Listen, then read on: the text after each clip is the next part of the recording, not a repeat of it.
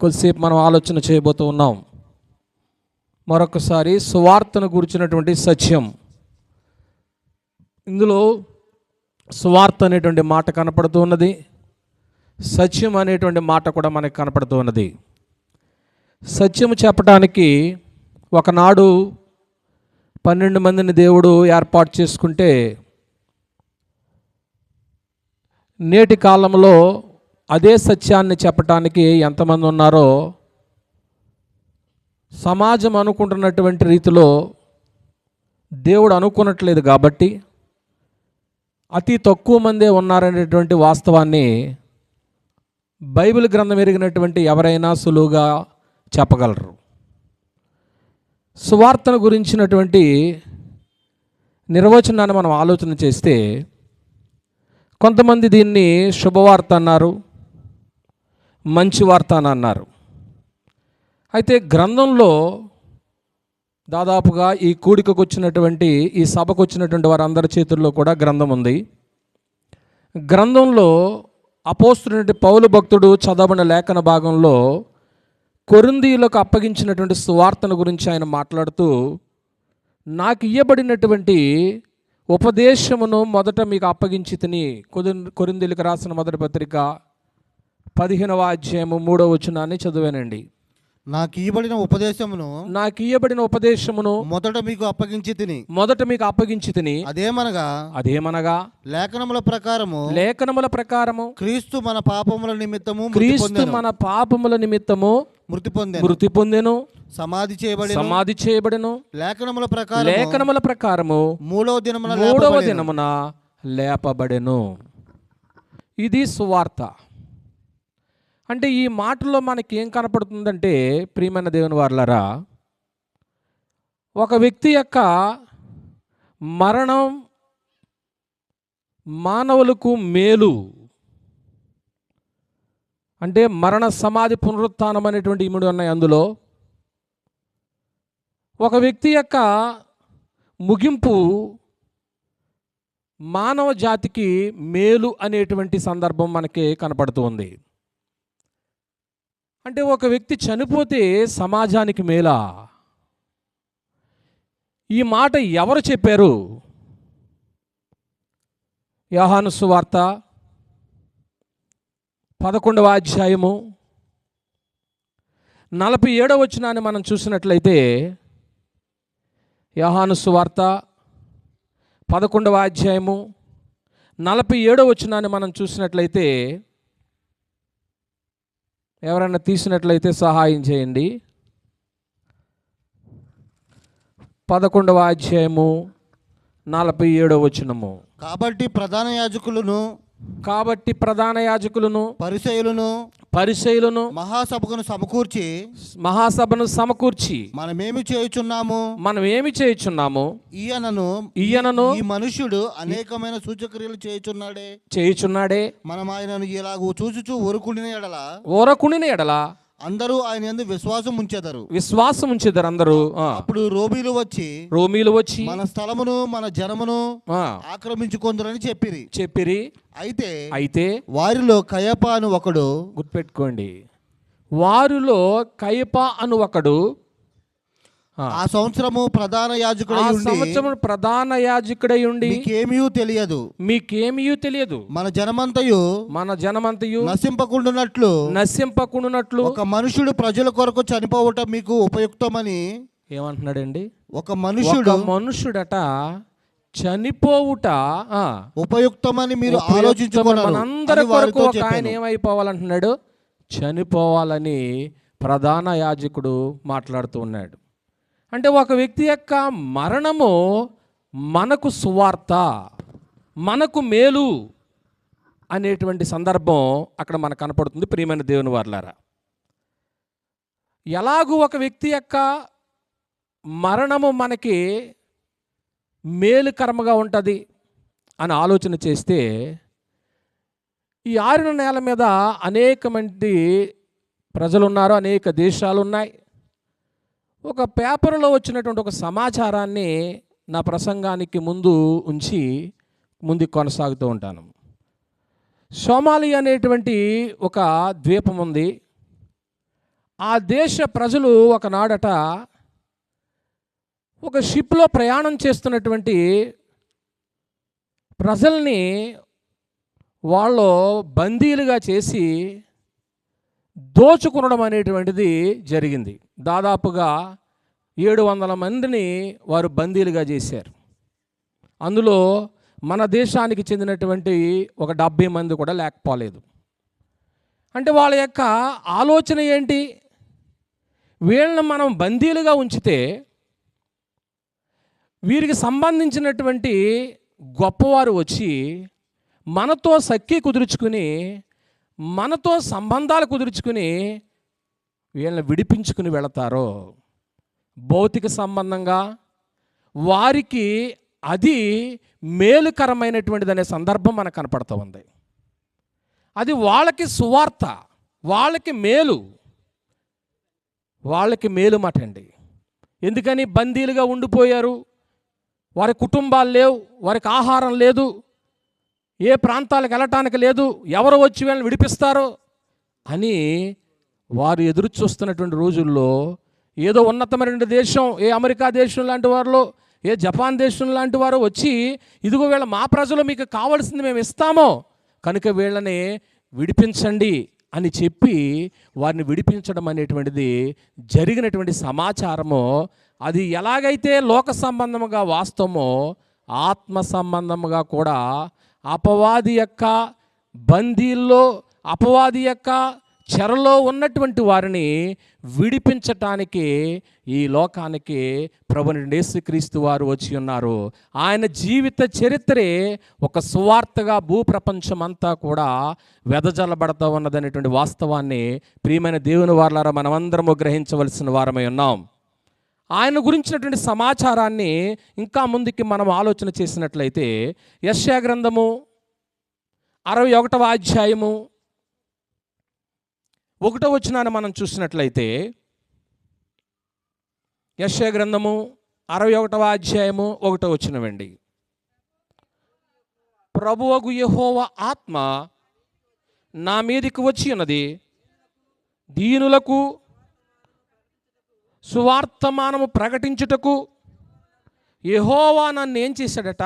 అభిషేకించారంట. సువార్తను ప్రకటించటానికి దేవుడు క్రీస్తు ప్రభు వారిని ఏం చేశారటండి? అభిషేకించారు.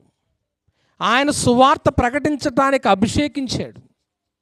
ఆ సువార్తను ప్రకటించేటువంటి వారు ఎటువంటి వారని కూడా గ్రంథం చెప్పిందంటే, యెషయా గ్రంథము 52వ అధ్యాయం 7వ వచనం ప్రకారంగా సమాధాన సువార్తను ప్రకటించే వారి పాదములు ఎంతో సుందరమైనవి అంటాడు. కనుక ప్రియమైన దేవుని వారలారా, క్రీస్తు ప్రభు వారిని తండ్రి అభిషేకించి సువార్తను ప్రకటించటానికి ఆయన ఈ లోకానికి పంపిస్తే, ఆయన భూమి మీదకి రాకోకుండా భూప్రవేశం జరగకూడదు అని ఎవరైతే దేవుని స్వరూపాలుగా, దేవుని పిల్లలుగా ఈ భూప్రపంచంలో అడుగుపెట్టారో వారినందరినీ కూడా అపవాది అనేటువంటి ఒక దుష్టుడు లేక దుష్టశక్తి వారిని బంధించి తన యొక్క స్వాధీనములో ఉంచుకున్నాడనేటువంటి విషయాన్ని గ్రహించవలసిన అవసరత ఉంది. ఎందుకంటే క్రీస్తు ప్రభు వారిని దేవుడు అభిషేకించి ఈ భూమి మీదకి ఆయన పంపించడానికి ఆయన సిద్ధపడుతుంటుంటే ఆయన ఈ లోకానికి రానివ్వకూడదు. ఆయన వస్తే సువార్త ప్రకటన అనేటువంటి జరిగిపోతుంది. సువార్త ప్రకటన అనేటువంటి జరిగితే ప్రజలు మారు మనసు పొందుతారు. మారు మనసు పొందారు అంటే దేవుని చిత్తాన్ని నెరవేరుస్తారు, నా ఆయుష్ తగ్గిపోతుంది అని భూమి మీదకి రానియకుండా చేయటానికి అపవాది చేసినటువంటి ప్రతి ప్రయత్నం ఏంటో తెలుసా? అతను చేసినటువంటి ఒక సంగతి మనం ఆలోచన చేసినట్లయితే, ప్రకటన గ్రంథము 12వ అధ్యాయము 9వ వచనం ప్రకారంగా అనేకమైనటువంటి జనాంగాన్ని ఏర్పాటు చేసుకుని తన బలంతో సైన్యాన్ని ఏర్పాటు చేసుకున్నాడంటే ఎంత కాలమో అతను ఆ పని చేశాడో తెలుసా? ఒకసారి ఆ వచనాన్ని చదువుదామండి. కాగా సర్వలోకమును మోసపుచ్చుచు. చూసారా? సర్వలోకాన్ని ఏం చేస్తున్నాడట? మోసం మోసం మోసం. ఈవేళ లోకములో ఎక్కువ మోసమే జరుగుతుంది ప్రియమైన దేవుని వారిలో. ఎందులో మోసం లేదు. త్రాగే నీళ్ల కానించి, తినే ఆహారం కానించి, కట్టుకునే వస్త్రాల కానించి, ఈ భూ ప్రపంచంలో ప్రతీదీ కూడా మోసపోతూనే ఉన్నాం. ఏమండి, మోసపోయేవాళ్ళు ఉన్నంతకాలం మోసం చేసేవాళ్ళు పుడతానే ఉంటారు ప్రియమైన దేవుని వారలారా. ఆలోచన చేయండి. మోసగాడంటే ఎలాగొస్తాడు? నేను మోసగాడు అనేటువంటి పేరు పెట్టుకుని వస్తాడా? రాడండి. అతని చేతిలోనూ కూడా గ్రంథం ఉండొచ్చు, అతను కూడా దేవుని మాటలే చెప్పొచ్చు. కానీ నీ చేతిలో ఉన్నటువంటి గ్రంథాన్ని బట్టి నువ్వు మోసపోతున్నావా లేదా, నువ్వు సత్యంలో ఉన్నావా లేదా, ఎటువంటి సువార్తను నువ్వు వింటున్నావా అనేటువంటి విషయాన్ని నీకు నువ్వుగా, నాకు నేనుగా గ్రహించవలసిన అవసరం ఎంతైనా ఉంది ప్రియమైన దేవుని వారలారా. సర్వలోకాన్ని మోసగిస్తుంటున్నాడు. క్రీస్తుని లోకానికి రాకూడదని ప్రజలందరినీ కూడా మోసగించి తన బల సైన్యాన్ని పెంచుకుంటూనే ఉన్నాడు. దాదాపుగా 4000 సంవత్సరాల నుంచి కూడా. కొరింథీయులకు రాసిన 2వ పత్రిక 11వ అధ్యాయము, కొరింథీయులకు రాసిన 2వ పత్రిక 11వ అధ్యాయము 3వ వచనాన్ని మనం చూసినట్లయితే, కొరింథీయులకు రాసిన 2వ పత్రిక 11వ అధ్యాయము 3వ వచనాన్ని మనం చూసినట్లయితే, సర్పము తన కుయుక్తి చేత, చూసారండి, మోసం చేస్తున్నాడు. మోసం చేస్తూ ప్రజలని దేవునికి దగ్గరికి రాకోకుండా చేస్తూ ఉన్నాడు. ఆదికాండము 3వ అధ్యాయము 13వ వచనాన్ని కూడా మనం చూసినట్లయితే, ఆదికాండం 3వ అధ్యాయం 13వ వచనాన్ని మనం చూసినట్లయితే, ఆదికాండం 3వ అధ్యాయము అప్పుడు దేవుడైన యెహోవా, స్త్రీతో నువ్వు చేసినది ఏమిటి అడుగగా, స్త్రీ అంటుందండి, సర్పము నన్ను ఏం చేసింది అంటే మోసం చేసి అనేక మందిని తన వశం చేసుకుని, జనం పెరిగే కొలది వ్యక్తికి బలం వచ్చేద్దండి. జనసంఖ్య తగ్గిపోందానికి బలహీనుడైపోతాడండి. ఏమండి, సహోదరులు 4 ఉన్నారనుకోండి, అన్నదమ్ములు అందరూ కూడా తమ్ముడికి సహకారిగా, అన్నకి సహకారిగా ఉన్నారనుకోండి, అప్పుడు ఆ సహోదరుడికి, ఆ కుటుంబానికి ఎలా ఉంటుందండి? బలం. ఒక్కొక్కరుగా దూరంగా ఉంటున్నారనుకోండి, అప్పుడు ఆ వ్యక్తికి ఎలా ఉంటుందండి? బలహీనుడైపోతాడు. అపవాది కూడా తన సైన్యాన్ని పెంచుకుంటూ బలవంతుడైపోతున్నాడు. దాదాపుగా 4000 సంవత్సరాలు ఆదాము మొదలుకొని మోసే వరకు కూడా ఇలాగ తన బల సైన్యాన్ని పెంచుకుంటూ ప్రజలను మోసం చేస్తూ తన కార్యక్రమాలు కొనసాగిస్తూనే ఉన్నాడు.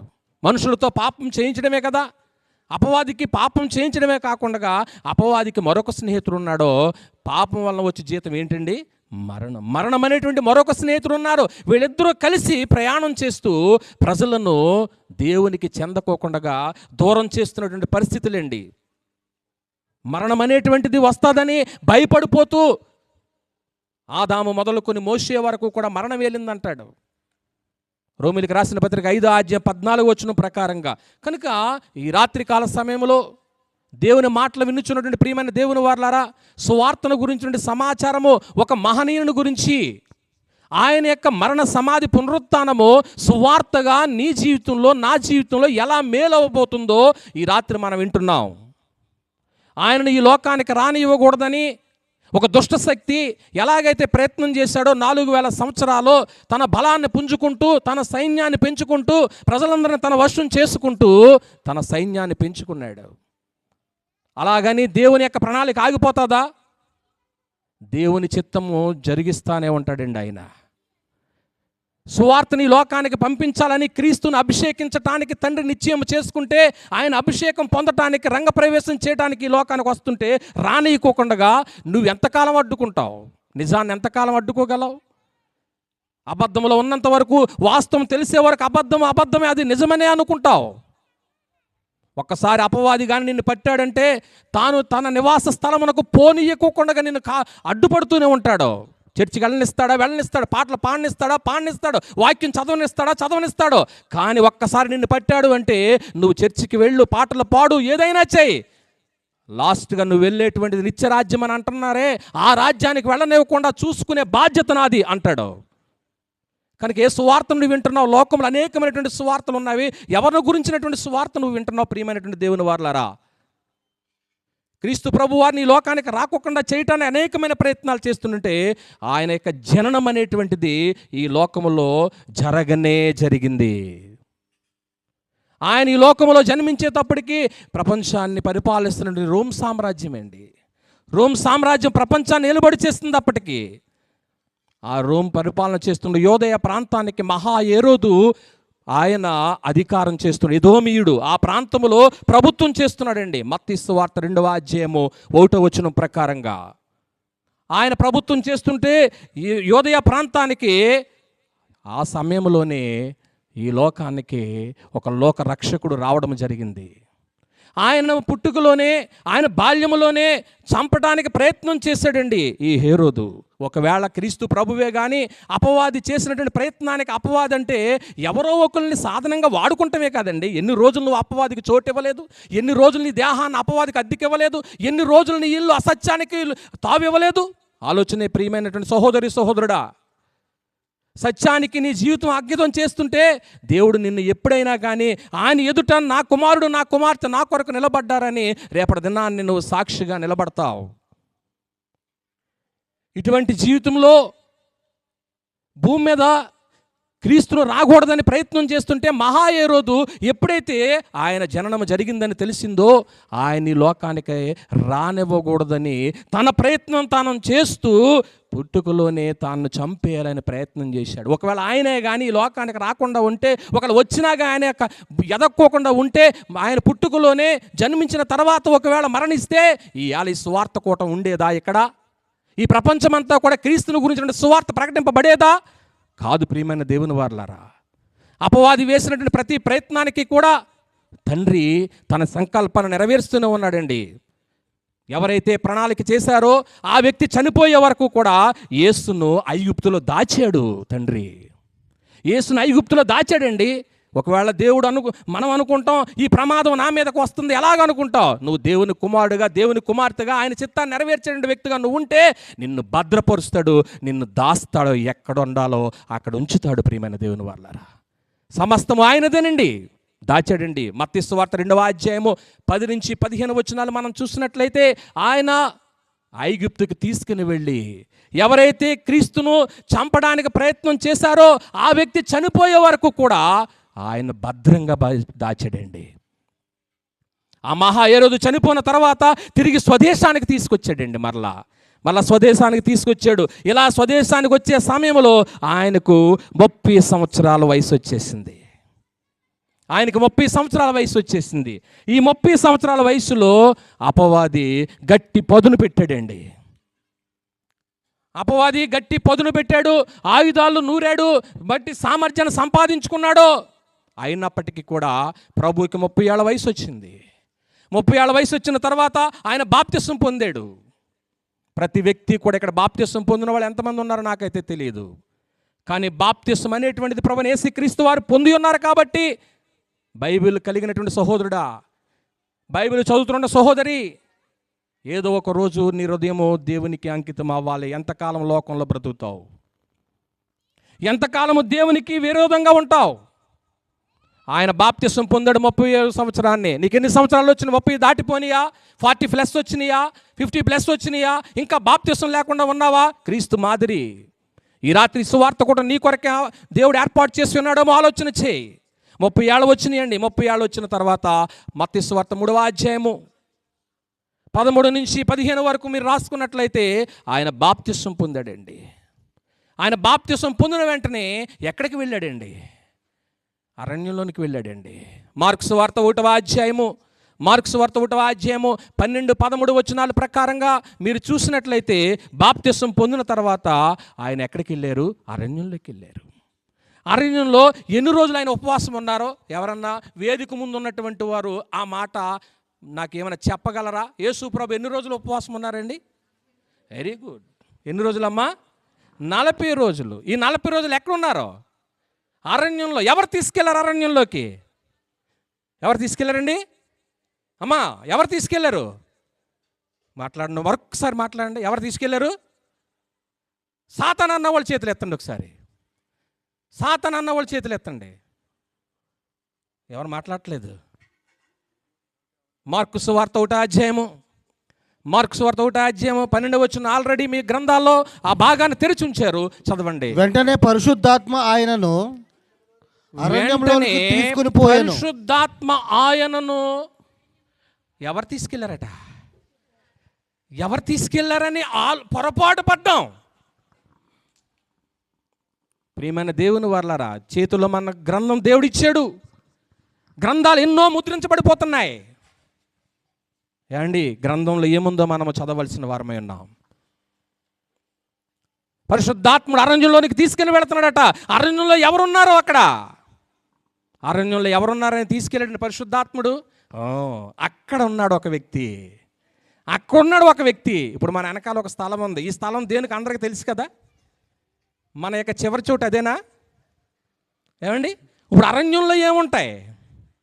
అరణ్యంలో ఎవరున్నారని పరిశుద్ధాత్ముడు తీసుకెళ్ళాడు. నడు అక్కడక. నీ బలం ఎంతో, అపవాది బలం ఎంతో, వాడు 4000 సంవత్సరాల నుంచి పుంజుకున్న బల సైన్యం ఎంతో, నువ్వు పుట్టిన నీకు నిండా 30 ఏళ్ళు లేవు, నీ బలం ఎంతో అక్కడ తేల్చుకుందరు కానీ నడవండి.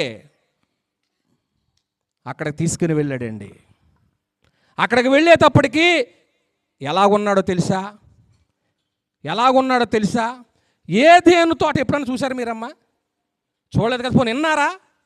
బైబిల్లో చదివామా?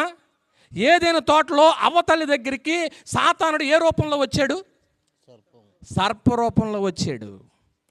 ప్రారంభంలో చిన్నగానే కనపడ్డాడు, కానీ వాడు బలం పుంజుకుని వాడు రూపం ఎలాగైందంటాడు తెలుసా? ప్రకటన గ్రంథము 12వ అధ్యాయము, ప్రకటన గ్రంథము 12వ అధ్యాయము, ప్రకటన గ్రంథము 12వ అధ్యాయము 3వ వచనాన్ని మనం చూసినట్లయితే, అంతటా పరలోకమందు ఇంకొక సూచన కనబడెను. ఇదిగో ఎర్రని మహాఘట సర్పము, ఎర్రని మహాఘట సర్పము, దానికి 7 తలలను. అదిగోండి, ఎన్ని తలలు వచ్చినాయి? ఏదేనులో ఎన్ని తలలు ఉన్నాయి? ఒక తలే. ఇప్పుడు ఎన్ని తలలు వచ్చినాయి? బలం వచ్చేసింది. ఇప్పుడు అంత బలశాలితో ఎన్ని రోజులు ఆయన పోరాటం చేయాలండి చెప్పండి? ఇందాక అన్నారు కదా, బాక్సింగ్ ఎన్ని నిమిషాలు ఉంటుందండి? మా సహోదరు బిలౌడ్ బ్రదర్, ఆయనకి తెలుసేమో ఒకవేళ. బాక్సింగ్ ఎన్ని నిమిషాలు ఉంటుంది తెలీదా?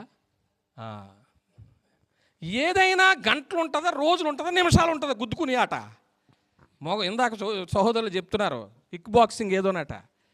మా ఉంటే ఒక నిమిషాలే, 30 నిమిషాలు లేక 36 నిమిషాలు ఉంటుంది. ఏమంటే కొన్ని రౌండ్లు ఉంటాయి. ఆ రౌండ్లు అయిపోయిన తర్వాత ఓటమి గెలుపు అనేటువంటిది అయిపోతుంది. 40 రోజులు ఏంటండి? 40 రోజులు పోరాడాడు ఈయన. ప్రతి శోధనను జయించాడు.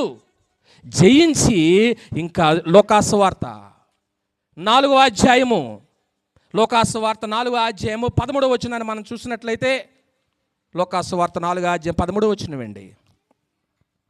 లోకాసువార్త 4వ అధ్యాయం 13వ వచనం. ప్రియమైన దేవుని, అపవాది ప్రతి శోధనను ముగించి, అపవాది ప్రతి శోధనను ముగించి కొంతకాలము ఏం చేశాడండి?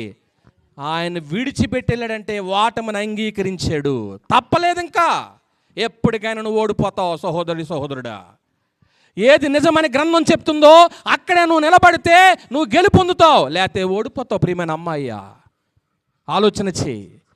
కొద్ది రోజులు విడిచిపెట్టిపోయాడండి. అప్పుడు యేసుక్రీస్తు ప్రభువారు ఆత్మ బలంతో గలిలయకు తిరిగి వెళ్ళిపోయి ఆయన గూర్చిన సమాచారం అంతా కూడా అదే ప్రదేశం అంతా ఏమైపోయింది అంటాడు 14వ వచనంలో, వ్యాపించేసింది.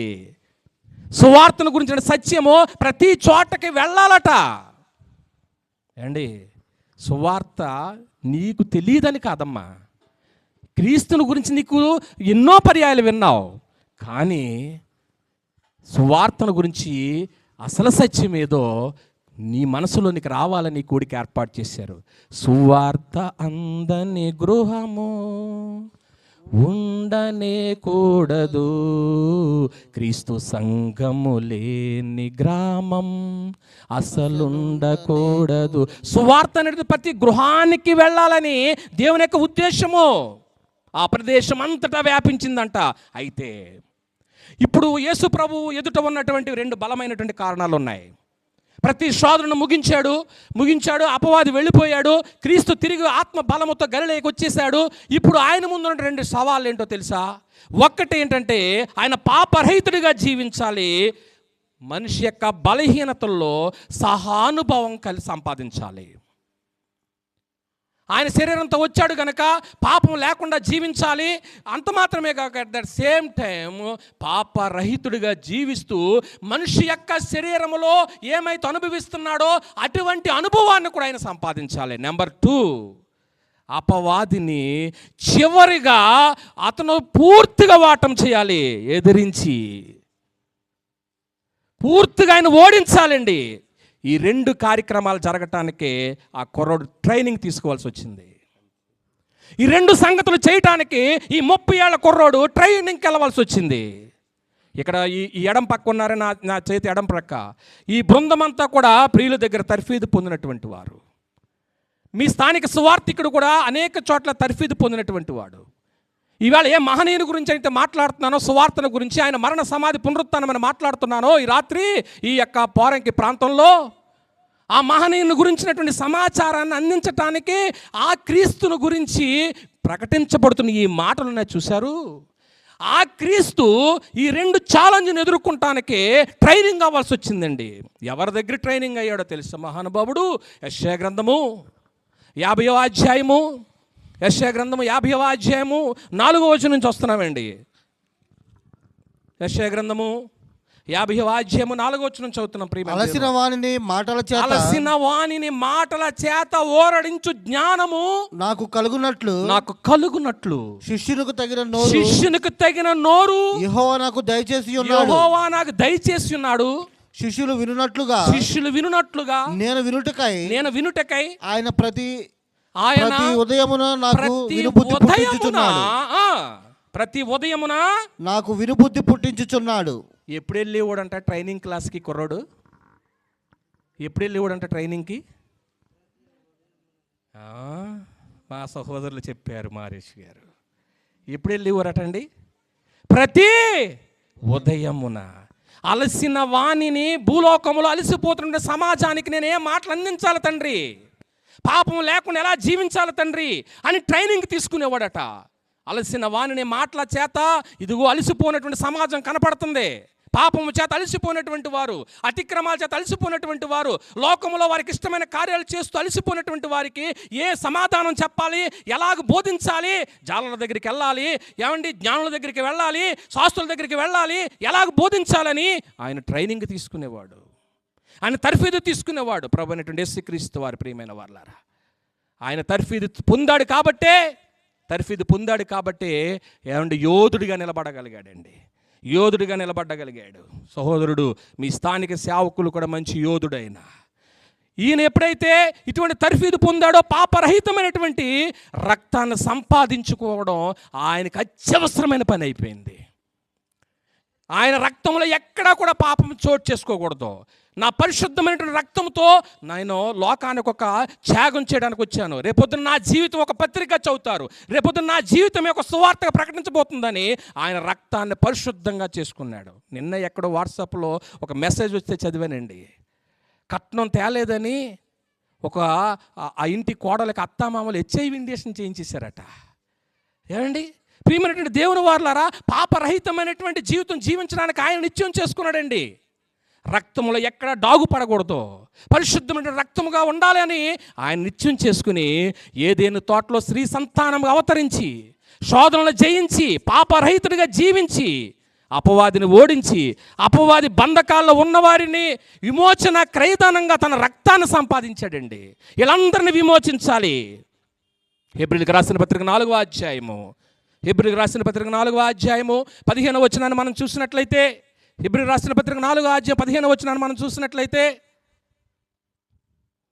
మన ప్రధాన యాజకుడు మన బలహీనతల సమానుభావం లేనివాడు కాడు గాని సమస్త విషయములో మన వలనే శోధింపబడినను ఆయన పాపము లేనివాడుగా జీవించాడటండి. పాపము లేనివాడుగా కపటము లేనటువంటి వ్యక్తిగా జీవించాడు. ఎందుకో తెలుసా?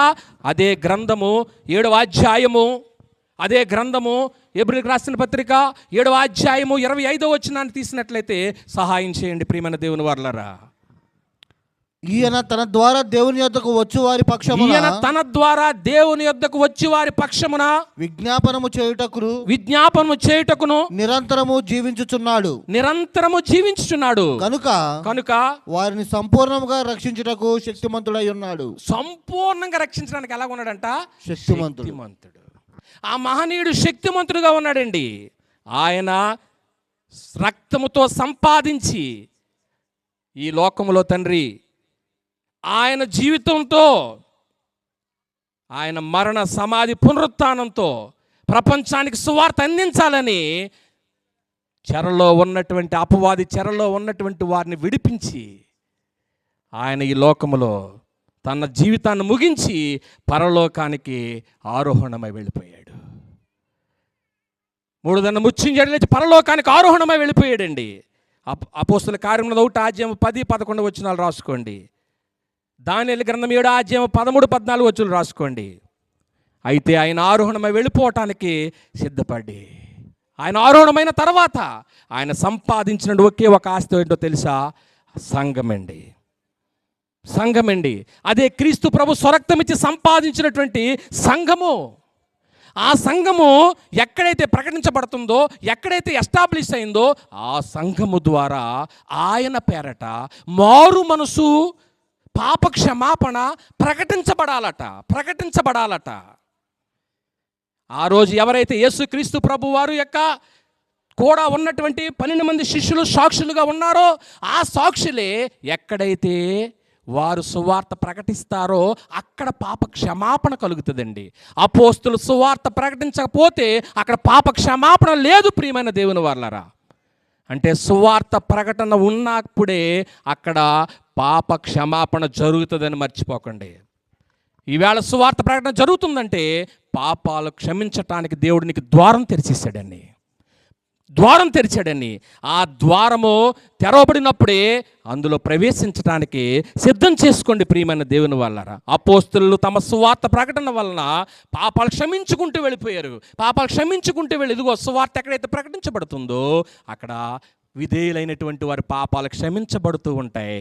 సువార్త ప్రకటించబడకపోతే పాపాలు నిలిచిపోతాయి. అందుకే సువార్త యొక్క ప్రాముఖ్యత నీకు అవసరమై ఉన్నది. సువార్త యొక్క ప్రాముఖ్యత. ఎవరిని గురించిన సువార్త? ఒక వ్యక్తి చనిపోతేనే మానవ జాతికి విముక్తి అని చెప్పారే, ఒక వ్యక్తి చనిపోతేనే వీళ్ళందరికీ కూడా విడుదలని ఆ రోజు ప్రధాన యాజకుడు చెప్పాడే, ఆయన జీవితమే ఒక సువార్తగా ఈ ప్రపంచమంతా ప్రకటించబడుతుంది. ఈ రాత్రి నీకు ప్రకటించబడుతుంది ప్రియమైన దేవుని వాళ్ళారా. అపోస్తుల బాధతో కూడిందే సువార్త అండి. అపోస్తులు ప్రకటించిన సువార్తలో రక్షణ సమాచారం ఉంది. ఈ మాట చదవండి, నేను ముగింపుకు వస్తున్నాను. తెస్సలోనికి రాసినటువంటి 2వ పత్రిక 2వ అధ్యాయము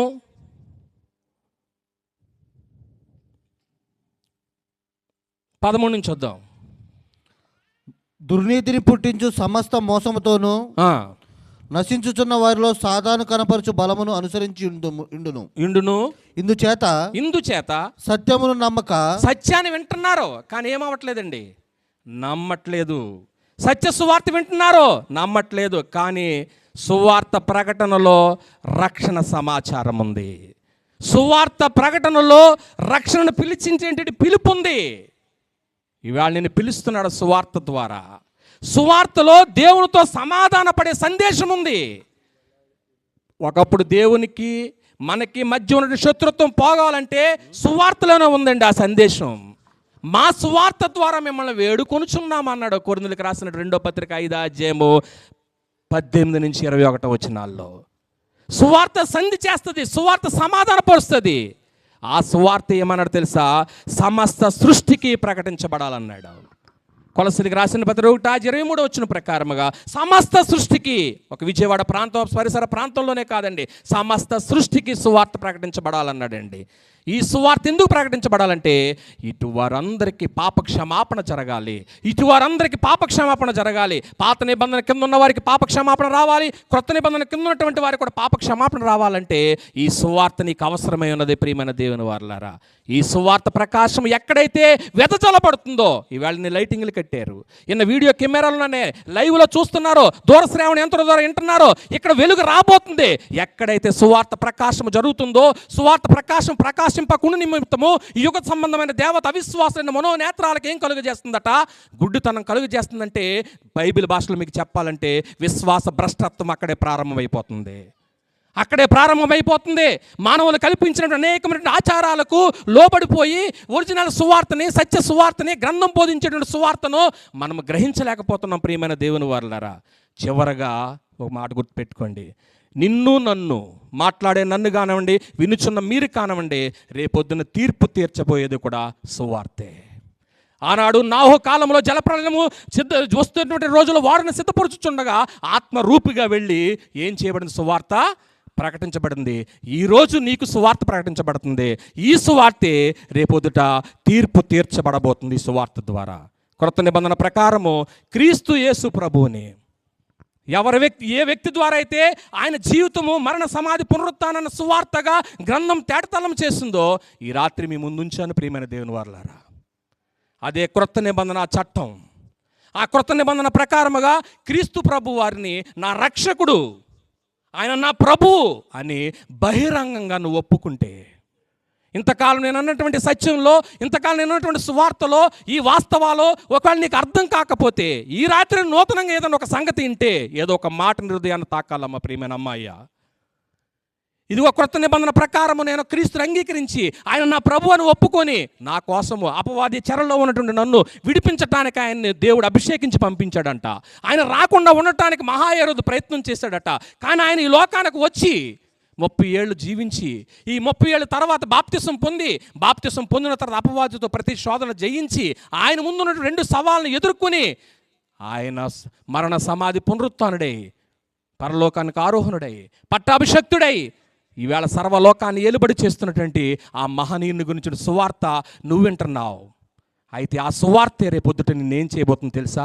తీర్పు తీర్చబోతుంది. ఆ సువార్త తీర్పు తీర్చబోద్దని నీ హృదయంలో ఒక మాట నిన్ను గుచ్చుకుంటే, యేసుక్రీస్తు నా ప్రభు అని ఒప్పుకొని పాప క్షమాపణ కొరకు క్రీస్తు యేసులోనికి బాప్తిసం పొంది క్రీస్తు ప్రభు రాజ్యం అనే సంఘంలోనికి చేర్చబడితే సువార్తను గురించి సత్యాన్ని నువ్వు మనసారా స్వీకరించిన వ్యక్తి అవుతావు. లేదంటే సువార్తను తృణీకరించిన వ్యక్తి అవుతావు. రేపటి దినాన్ని ఆయన వచ్చి నిన్ను అడిగితే ఏం సమాధానం చెప్తావు ప్రియమైన దేవుని వారలారా? ఆలోచించండి, తల వంచండి, కళ్ళు మూసుకోండి. పరమందు ఆశీర్వదించిన తండ్రి, ఈ రాత్రి సువార్తను గురించి సత్యం నాయన ఈ పోరంకి ఆలోచింపచేయండి తండ్రి. మా ప్రభు మరణ, సమాధి, పునరుత్థానమే నాయన ఒక సువార్త.